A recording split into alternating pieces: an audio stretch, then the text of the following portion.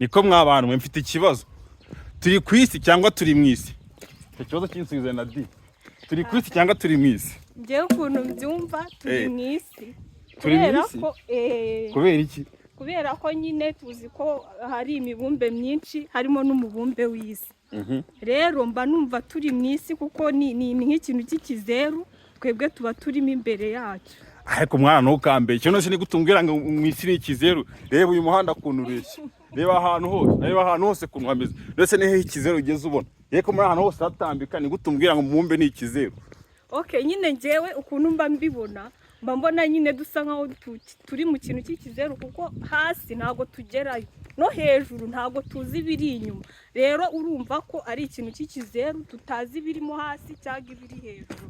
Ngiye kuntu mbyumva rero sasa manumva turi ku isi kubera yuko isi tuyiriho hejuru nyine hahandi hejuru hamwe hari hagize gutya nyine harambuye twe turi ku isi ntago turi mu isi kubera ko harani mu ijuru naho ngani ku isi ubwo rero turi ku isi rero nta mpamvu wazumubwira ngo no turi mu isi twaba turimo imbere mo hasi turi gushya turi muzamaguma turimo imbere muri iyi si yacu wenda hasi hashobora kuba hari indi si no hejuru natwe turi mu yacu imbere tu mw'abanyarwanda mwe namwe mwabantu mwe mutureba uru rubanda namwe narubahaye turi ku isi cyangwa turi mu isi mudusubize kandi mukore subscribe hasi tujye tubana umunsi ku munsi.